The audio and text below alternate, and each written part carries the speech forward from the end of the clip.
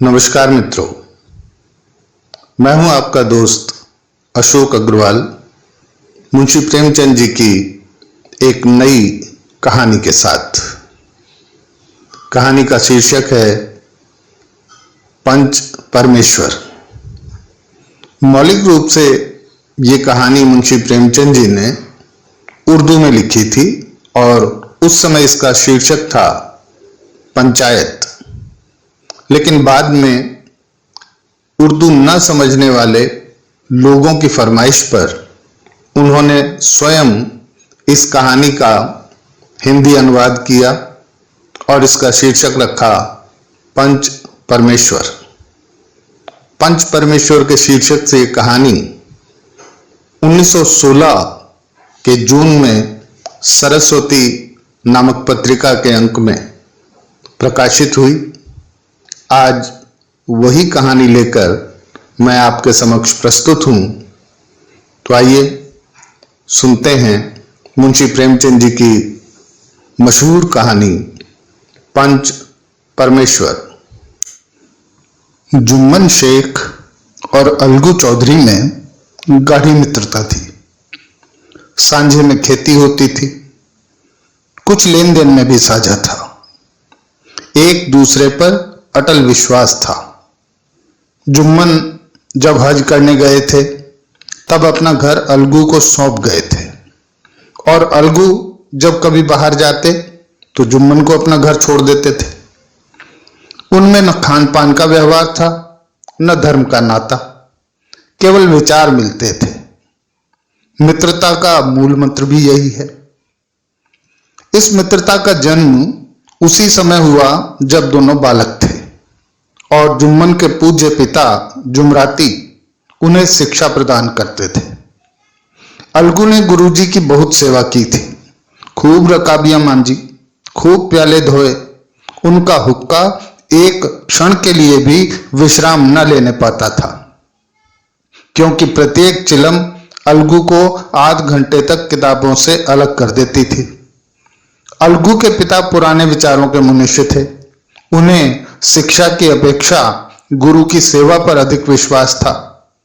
वो कहते थे कि विद्या पढ़ने से नहीं आती, जो कुछ होता है गुरु के आशीर्वाद से। बस गुरुजी की कृपा दृष्टि चाहिए। अतएव यदि अलगू पर जुमराती शेख के आशीर्वाद अथवा सत्संग का कुछ फल न हुआ तो यह मानकर संतोष कर लेगा कि विद्या उपार्जन में मैंने यथाशक्ति कोई बात उठा नहीं रखी। विद्या उसके भाग्य में ही न थी कि तो कैसे आती। मगर जुमराती शेख स्वयं आशीर्वाद के कायल न थे। उन्हें अपने सोटे पर अधिक भरोसा था और उसी सोटे के प्रताप से आसपास के गांवों में जुम्मन की पूजा होती थी। उनके लिखे हुए रहननामे बैनामे पर कचहरी का मुहर्रिर भी कलम न उठा सकता था। हल्के का डाकिया, कांस्टेबल और तहसील का चपरासी सब उनकी कृपा की आकांक्षा रखते थे। अतएव अलगू का मान उनके धन के कारण था, तो जुम्मन शेख अपनी अनमोल विद्या से ही सबके आदर पात्र बने थे। जुम्मन शेख की एक बूढ़ी खाला थी। उसके पास कुछ थोड़ी सी मिल्कियत थी, परंतु उसके निकट संबंधियों में कोई न था। जुम्मन ने लंबे चौड़े वादे करके वह मिल्कियत अपने नाम लिखवा ली थी। जब तक दान पत्र की रजिस्ट्री न हुई थी तब तक खाला जान का खूब आदर सत्कार किया गया। उन्हें खूब स्वादिष्ट पदार्थ खिलाए गए, हलवे पुलाव की वर्षा सी की गई। पर रजिस्ट्री की मोहर ने इन खातेदारियों पर भी मानो मोहर लगा दी। जुम्मन की पत्नी करीमन रोटियों के साथ कड़वी बातों के कुछ तेज तीखे सालन भी देने लगी। जुम्मन शेख भी निष्ठुर हो गए। अब बेचारी खाला जान को प्रायः नित्य ही ऐसी बातें सुननी पड़ती थी। बुढ़िया न जाने कब तक जिएगी। 2-3 बीघा ऊसर क्या दे दिया, मानो मोल ले लिया है। बघारी दाल के बिना रोटियां नहीं उतरती। जितना रुपया इसके पेट में झोंक चुके उतने से तो अब तक गांव मोल ले लेते। कुछ दिन खाला जान से सुना और सहा, पर जब न रहा गया तब जुम्मन से शिकायत की। जुम्मन ने स्थानीय कर्मचारी गृह स्वामी के प्रबंध में दखल देना उचित न समझा। कुछ दिन तक और यूं ही रोध होकर काम चलता रहा। अंत में एक दिन खाला ने जुम्मन से कहा, बेटा, तुम्हारे साथ मेरा निर्वाह न होगा। तुम मुझे रुपए दे दिया करो, मैं अपना पका खा लूंगी। जुम्मन ने धृष्टता के साथ उत्तर दिया, रुपए क्या यहां फलते हैं? खाला ने नम्रता से कहा, मुझे कुछ रूखा सूखा चाहिए भी कि नहीं। जुम्मन ने गंभीर स्वर से जवाब दिया, तो कोई यह थोड़ी समझाता कि तुम मौत से लड़कर आई हो। खाला बिगड़ गई। उन्होंने पंचायत करने की धमकी दी। जुम्मन हंसे। जिस तरह कोई शिकारी हिरन को जाल की तरफ जाते देखकर मन ही मन हंसता है। वो बोले, हाँ हाँ जरूर करो पंचायत, फैसला हो जाए। मुझे भी यह रात दिन की खटपट पसंद नहीं। पंचायत में किसकी जीत होगी, इस विषय में जुम्मन को कुछ भी संदेह न था। आसपास के गांवों में ऐसा कौन था जो उसके अनुग्रहों का ऋणी न हो? ऐसा कौन था जो उसको शत्रु बनाने का साहस कर सके? किसमें इतना बल था जो उसका सामना कर सके? आसमान के फरिश्ते तो पंचायत करने आवेंगे नहीं। इसके बाद कई दिन तक बूढ़ी खाला हाथ में एक लकड़ी लिए आसपास के गांवों में दौड़ती रही। कमर झुककर कमान हो गई थी। एक एक पग चलना दूभर था, मगर अब आन पड़ी थी, उसका निर्णय तो करना जरूरी था। बिरला ही कोई भला आदमी होगा जिसके सामने बुढ़िया ने दुख के आंसू न बहाए हों। किसी ने तो यूं ही ऊपरी मन से हूं हां करके टाल दिया, और किसी ने इस अन्याय पर जमाने को गालियां दी।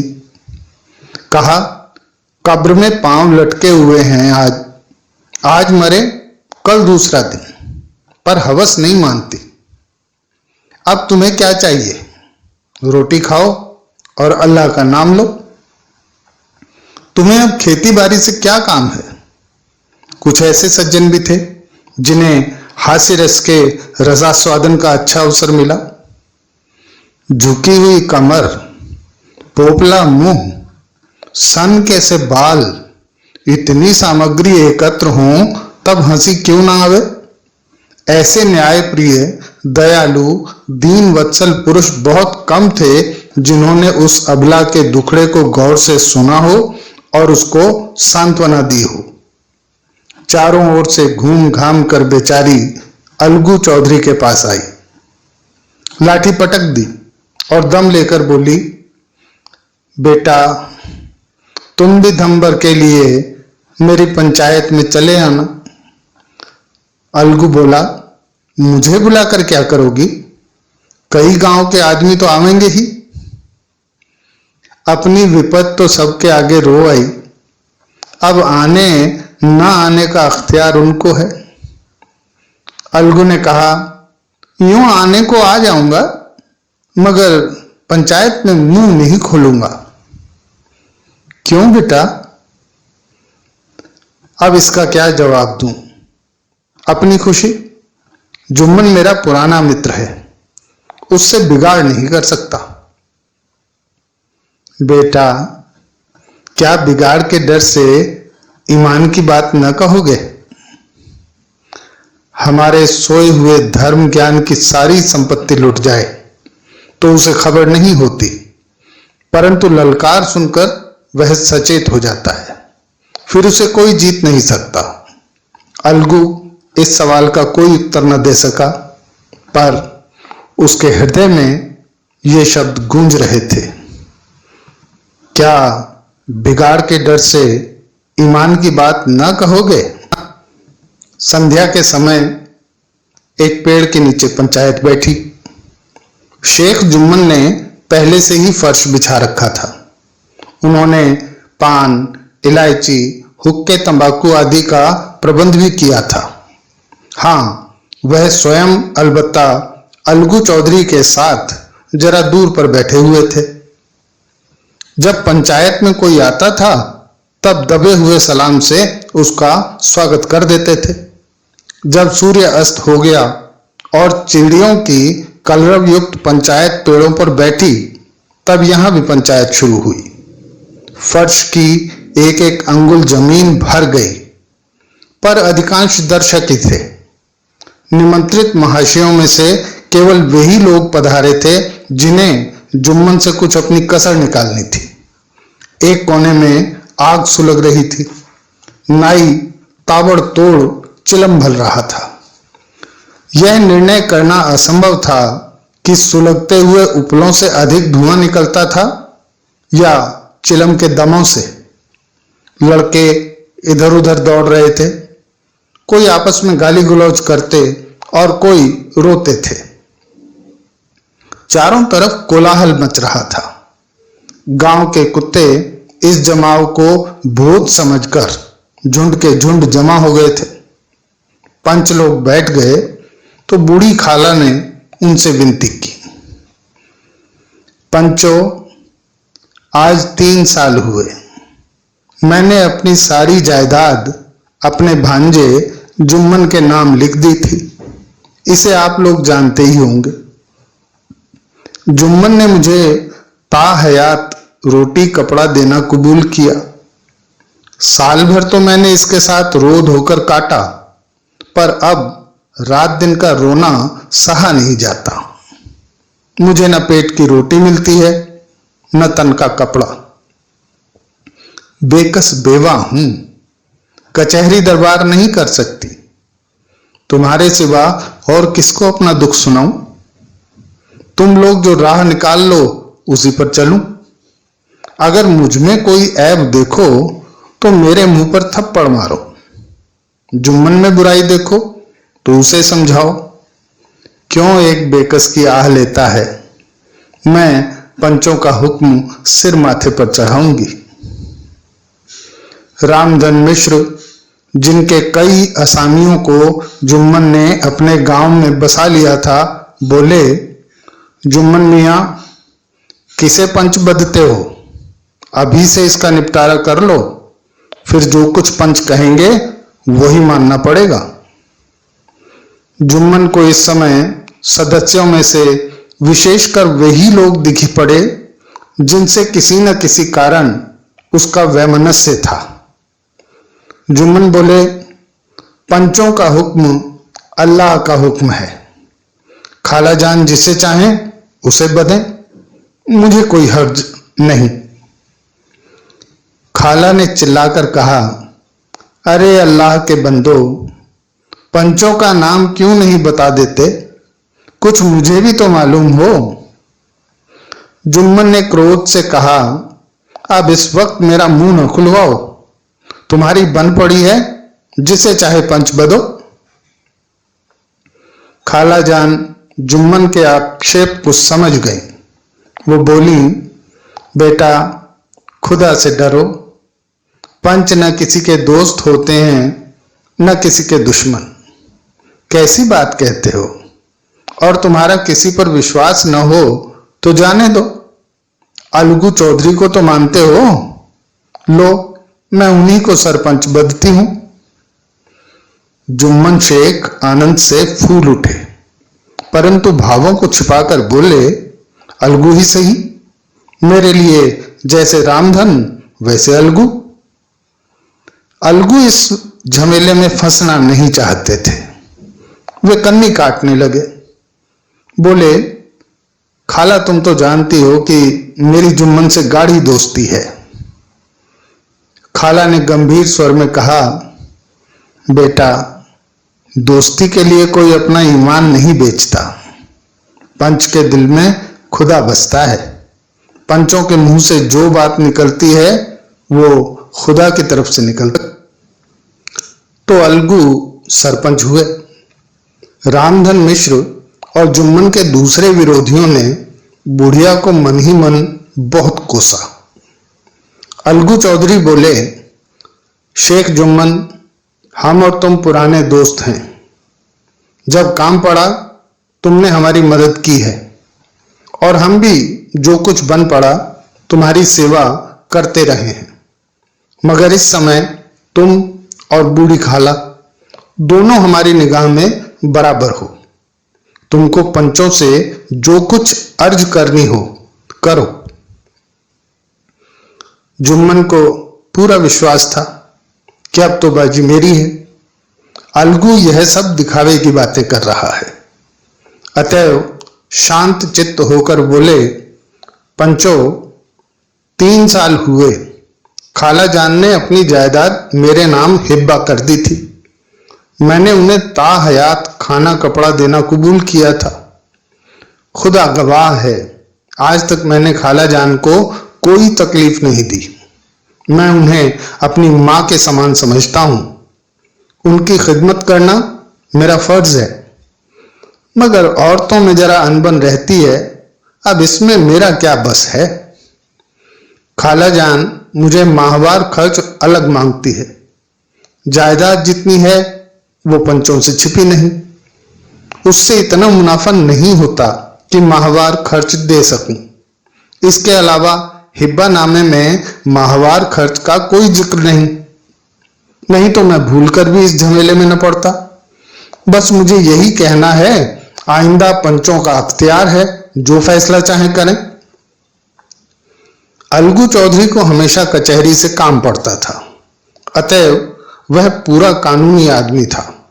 उसने जुम्मन शेख से जिरह शुरू की।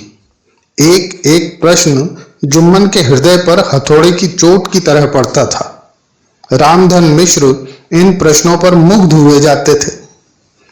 जुम्मन चकित थे कि अलगू को क्या हो गया। अभी यह अलगू मेरे साथ बैठा हुआ कैसी कैसी बातें कर रहा था, इतनी ही देर में ऐसी काया पलट हो गई कि मेरी जड़ खोदने पे तुला हुआ है। न मालूम कब की कसर निकाल रहा है। क्या इतने दिनों की दोस्ती कुछ भी काम ना आवेगी। जुम्मन शेख इसी संकल्प विकल्प में पड़े हुए थे कि इतने में अलगू ने फैसला सुना दिया। जुम्मन शेख, पंचों ने इस मामले पर विचार किया। उन्हें यह नीति संगत मालूम होता है कि खाला जान को माहवार खर्च दिया जाए। हमारा विचार है कि खाला की जायदाद से इतना मुनाफा अवश्य होता है कि माहवार खर्च दिया जा सके। बस यही हमारा फैसला है।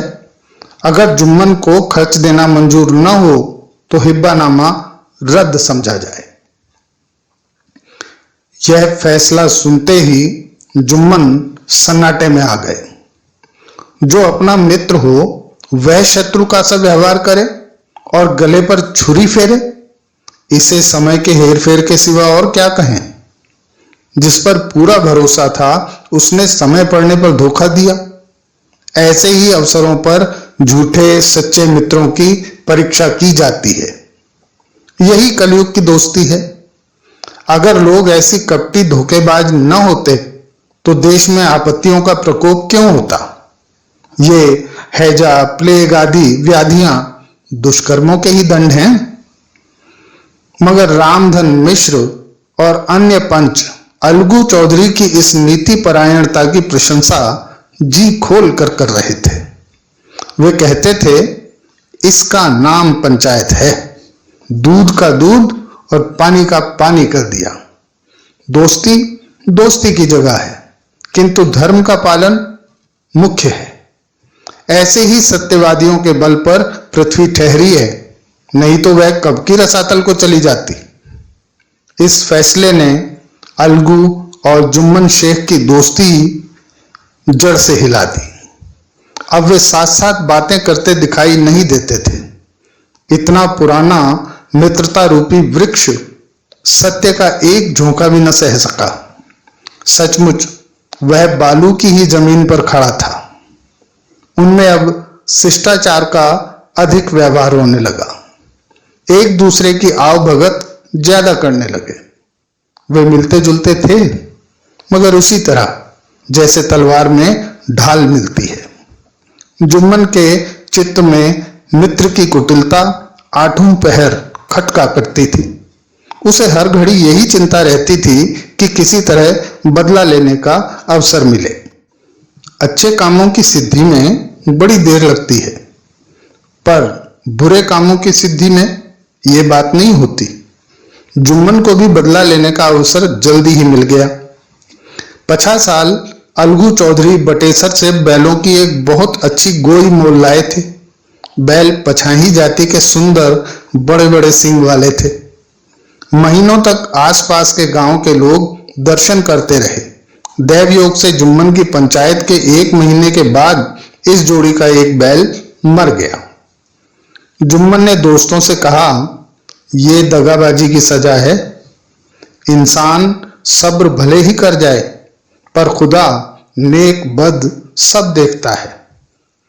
अलगू को संदेह हुआ कि जुम्मन ने बैल को विष दिया है। चौधराइन ने भी जुम्मन पर ही इस दुर्घटना का दोषारोपण किया। उसने कहा, जुम्मन ने कुछ कर करा दिया है। चौधराइन और करीमन में इस विषय में एक दिन खूब ही वाद विवाद हुआ। दोनों देवियों ने शब्द बाहुल्य की नदी बहा दी। व्यंग, वक्रोक्ति, अन्योक्ति और उपमा आदि अलंकारों में बातें हुई। जुम्मन ने किसी तरह शांति स्थापित की। उन्होंने अपनी पत्नी को डांट डपट कर समझा दिया। वह उसे रणभूमि से हटा भी ले गया। उधर अलगू चौधरी ने समझाने बुझाने का काम अपने तर्कपूर्ण सोटे से लिया। अब अकेला बैल किस काम का? उसका जोड़ बहुत ढूंढा गया, पर न मिला। निदान यह सलाह ठहरी कि इसे बेच डालना चाहिए। गांव में एक समझू साहू थे। वह इक्का गाड़ी हाँकते थे। गांव के गुड़ घी लाद कर मंडी ले जाते, मंडी से तेल नमक भर लाते और गांव में बेचते। इस बैल पर उनका मन लहराया। उन्होंने सोचा, यह बैल हाथ लगे कि दिन भर बेखटके 3 खेप हों। आजकल तो एक ही खेप में लाले पड़े रहते हैं। बैल देखा, गाड़ी में दौड़ाया, बाल भौरी की पहचान कराई, मोल तोल किया और उसे लाकर द्वार पर बांध ही लिया। 1 महीने में दाम चुकाने का वादा ठहरा। चौधरी को भी समझू साहू ने नया बैल पाया तो लगे उसे रगेदने। वह दिन में 3-3, 4-4 खेपें करने लगे। न चारे की फिक्र थी, न पानी की, बस खेपों से काम था। मंडी ले गए, वहां कुछ सूखा भूसा सामने डाल दिया।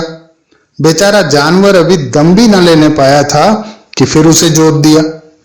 अलगू चौधरी के घर था तो चैन की बंशी बजती थी। बैल राम छठे छमाहे कभी बहली में जोते जाते थे। खूब उछलते कूदते और कोसों तक दौड़ते चले जाते थे। यहाँ बैलराम का रातिब था साफ पानी, दली हुई अरहर की दाल और भूसे के साथ खली, और यही नहीं, कभी कभी घी का स्वाद भी चखने को मिल जाता था। शाम सवेरे एक आदमी खरहरे करता, पहुंचता और सहलाता था। कहां वह सुख चैन, कहां यह 8 पहर की खप। महीने भर में ही वह पिस सा गया। इक्के का जुआ देखते ही उसका लहू सूख जाता था। एक एक पग चलना दूभर था, हड्डियां निकल आई थी, पर था वह पानीदार, मार की बर्दाश्त न थी। एक दिन चौथी खेप में साहू जी ने दूना बोझ लाद दिया। दिन भर का थका जानवर पैर न उठते थे, पर साहू जी कोड़े फटकारने लगे। बस फिर क्या था, बैल कलेजा तोड़कर चला। कुछ दूर दौड़ा और चाहा कि जरा दम ले लूं, पर साहू जी को जल्दी थी पहुंचने की। अतएव उन्होंने कई कोड़े बड़ी निर्दयता से फटकारे। बैल ने एक बार फिर जोर लगाया, पर अब की बार शक्ति ने जवाब दे दिया। वह धरती पर गिर पड़ा और ऐसा गिरा कि फिर न उठा। साहू जी ने बहुत पीटा, टांग पकड़कर खींचा, नथनों में लकड़ी ठूंस दी, पर कहीं मृतक भी उठ सकता है। तब साहू जी को कुछ शक हुआ। उन्होंने बैल को गौर से देखा, खोलकर अलग किया और सोचने लगे कि गाड़ी घर कैसे पहुंचे। बहुत चीखे चिल्लाए, पर देहात का रास्ता बच्चों की आंख की तरह सांझ होते ही बंद हो जाता है। कोई नजर न आया, आसपास कोई गांव भी न था। मारे क्रोध के उन्होंने मरे हुए बैल पर और दुर्रे लगाए और कोसने लगे, अभागे, तुझे मरना ही था तो घर पहुंचकर मरता। ससुरा बीच रास्ते में ही मर रहा, अब गाड़ी कौन खींचे। इस तरह साहू जी खूब जले भुने। कई बोरे गुड़ और कई पीपे घी उन्होंने बेचे थे। 200-250 रुपए कमर में बंधे थे। इसके सिवा गाड़ी पर कई बोरे नमक के थे, अतएव छोड़कर भी न जा सकते थे। लाचार बेचारे गाड़ी पर ही लेट गए। वहीं रत जगह करने की ठान ली। चिलम पी, गाया, फिर हुक्का पिया। इस तरह साहू जी आधी रात तक नींद को बहलाते रहे। अपनी जान में तो वे जागते ही रहे, पर फटते ही जो नींद टूटी और कमर पर हाथ रखा तो देखा थैली गायब। घबराकर इधर उधर देखा तो कई कनस्तर तेल भी नदारद। अफसोस में बेचारे ने सिर पीट लिया और पछाड़ खाने लगा। प्रातः काल रोते बिलखते घर पहुंचे। सहुआइन ने जब यह बुरी सुनावन सुनी तब पहले तो रोई, फिर अलगू चौधरी को गालियां देने लगी। निगोड़े ने ऐसा कुलच्छनी बैल दिया कि जन्म भर की कमाई लुट गई। इस घटना को हुए कई महीने बीत गए। अलगू जब अपने बैल के दाम मांगते तब साहू और सहुआइन दोनों ही झल्लाए हुए कुत्ते की तरह चढ़ बैठते और अंड बंड बकने लगते। वाह, यहां तो सारे जन्म की कमाई लुट गई, सत्यानाश हो गया, इन्हें दामों की पड़ी है। मुर्दा बैल दिया था, उस पर दाम मांगने चले हैं। आंखों में धूल झोंक दी। सत्यानाशी बैल गले बांध दिया, हमें नीरा पोंगा समझ लिया है। हम भी बनिए के बच्चे हैं, ऐसे बुद्धू नहीं और कहीं होंगे। पहले जाकर किसी गड्ढे में मुंह धोआओ, तब दाम लेना। ना जी मानता हो तो हमारा बैल खोल के ले जाओ, महीना भर के बदले हो, महीना भर जोत लो। और क्या लोगे। चौधरी के अशुभ चिंतकों की कमी न थी। ऐसे अवसरों पर वे भी एकत्र हो जाते और साहू जी के बर्राने की पुष्टि करते, परंतु 150 रुपए से इस तरह हाथ धो लेना आसान न था। एक बार वह भी गर्म पड़े। साहू जी बिगड़कर लाठी ढूंढने के घर चले गए। अब सहुआइन ने मैदान लिया। प्रश्नोत्तर होते होते हाथापाई की नौबत आ पहुंची। सहुआइन ने घर में घुसकर किवाड़ बंद कर लिए। शोरगुल सुनकर गांव के भले मानस जमा हो गए। उन्होंने दोनों को समझाया। साहू जी को दिलासा देकर घर से निकाला। वह परामर्श देने लगे कि इस तरह से काम न चलेगा, पंचायत कर लो, जो कुछ तय हो जाए उसे स्वीकार कर लो। साहू जी राजी हो गए। अलगू ने भी हामी भर ली। पंचायत की तैयारियां होने लगी। दोनों पक्षों ने अपने अपने दल बनाने शुरू किए। इसके बाद तीसरे दिन उसी वृक्ष के नीचे पंचायत बैठी। वही संध्या का समय था। खेतों में कौवे पंचायत कर रहे थे। विवादग्रस्त विषय था यह कि मटर की फलियों पर उनका कोई स्वत्व है या नहीं, और जब तक यह प्रश्न हल न हो जाए तब तक वे रखवाले के पुकार पर अपनी अप्रसन्नता प्रकट करना आवश्यक समझते थे। पेड़ की डालियों पर बैठी शुक मंडली में यह प्रश्न छिड़ा हुआ था कि मनुष्यों को उन्हें बेमुरव्वत कहने का क्या अधिकार है, जब उन्हें स्वयं अपने मित्रों से दगा करने में भी संकोच नहीं होता। पंचायत बैठ गई तो रामधर मिश्र ने कहा, अब देरी क्या है, पंचों का चुनाव हो जाना चाहिए। बोलो चौधरी, किस किस को पंच बदते हो।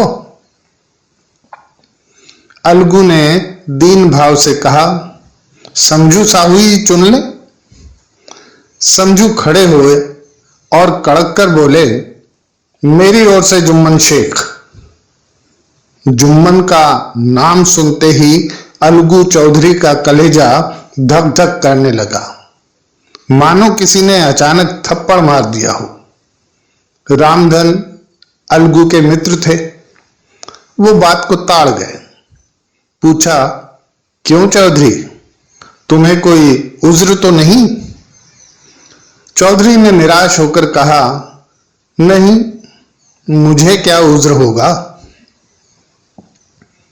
अपने उत्तरदायित्व का ज्ञान बहुधा हमारे संकुचित व्यवहारों का सुधारक होता है। जब हम राह भूलकर भटकने लगते हैं, तब यही ज्ञान हमारा विश्वसनीय पथ प्रदर्शक बन जाता है। पत्र संपादक अपनी शांति कुटी में बैठा हुआ कितनी धृष्टता और स्वतंत्रता के साथ अपनी प्रबल लेखनी से मंत्रिमंडल पर आक्रमण करता है, परंतु ऐसे अवसर आते हैं जब वह स्वयं मंत्रिमंडल में सम्मिलित होता है। मंडल के भवन में पग धरते ही उसकी लेखनी कितनी मर्मज्ञ, कितनी विचारशील, कितनी न्यायपरायण हो जाती है, इसका कारण उत्तरदायित्व का ज्ञान है।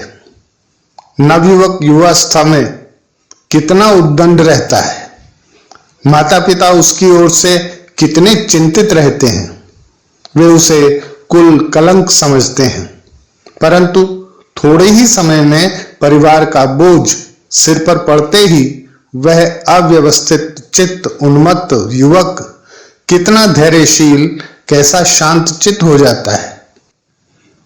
यह भी उत्तरदायित्व के ज्ञान का फल है। जुम्मन शेख के मन में भी सरपंच का उच्च स्थान ग्रहण करते ही अपनी जिम्मेदारी का भाव पैदा हुआ। उसने सोचा, मैं इस वक्त न्याय और धर्म के सर्वोच्च आसन पर बैठा हूं। मेरे मुंह से इस समय जो कुछ निकलेगा वह देववाणी के सदृश है, और देववाणी में मेरे मनोविकारों का कदापि समावेश न होना चाहिए। मुझे सत्य से जौ भर भी टलना उचित नहीं। पंचों ने दोनों पक्षों से सवाल जवाब करने शुरू किए। बहुत देर तक दोनों दल अपने अपने पक्ष का समर्थन करते रहे। इस विषय में तो सब सहमत थे कि समझू को बैल का मूल्य देना चाहिए, परंतु दो महाशय इस कारण रियायत करना चाहते थे कि बैल के मर जाने से समझू को हानि हुई। इसके प्रतिकूल दो सभ्य मूल के अतिरिक्त समझू को दंड भी देना चाहते थे, ताकि भविष्य में कोई पशुओं के साथ ऐसी निर्दयता करने का साहस न कर सके। अंत में जुम्मन ने फैसला सुनाया, अलगू चौधरी और समझू साहू, पंचों ने तुम्हारे मामले पर अच्छी तरह विचार किया।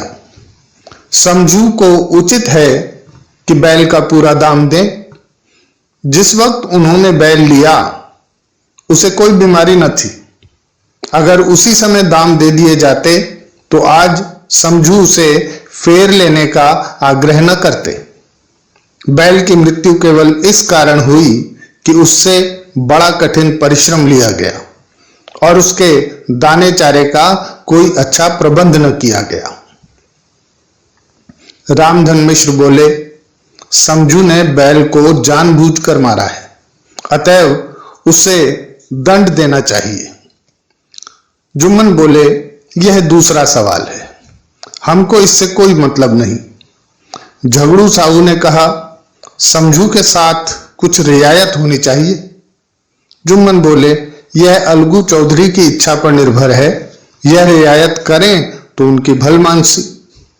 अलगू चौधरी फूले न समाये, उठ खड़े हुए और जोर से बोले, पंच परमेश्वर की जय। इसके साथ ही चारों ओर से प्रतिध्वनि हुई, पंच परमेश्वर की जय, पंच परमेश्वर की जय। प्रत्येक मनुष्य जुम्मन की नीति को सराहता था। इसे कहते हैं न्याय। यह मनुष्य का काम नहीं, पंच में परमेश्वर वास करते हैं, यह उन्हीं की महिमा है। पंच के सामने खोटे को कौन खरा कह सकता है। थोड़ी देर बाद जुम्मन अलगू के पास आए और उनके गले लिपट कर बोले, भैया, जब से तुमने मेरी पंचायत की तब से मैं तुम्हारा प्राणघातक शत्रु बन गया था, पर आज मुझे ज्ञात हुआ कि पंच के पद पर बैठकर न कोई किसी का दोस्त होता है न दुश्मन। न्याय के सिवा उसे और कुछ नहीं सूझता। आज मुझे विश्वास हो गया कि पंच की जुबान से खुदा बोलता है। अलगू रोने लगे। इस पानी से दोनों के दिलों का मैल धुल गया। मित्रता की मुरझाई हुई लता फिर से हरी हो गई, फिर से हरी हो गई।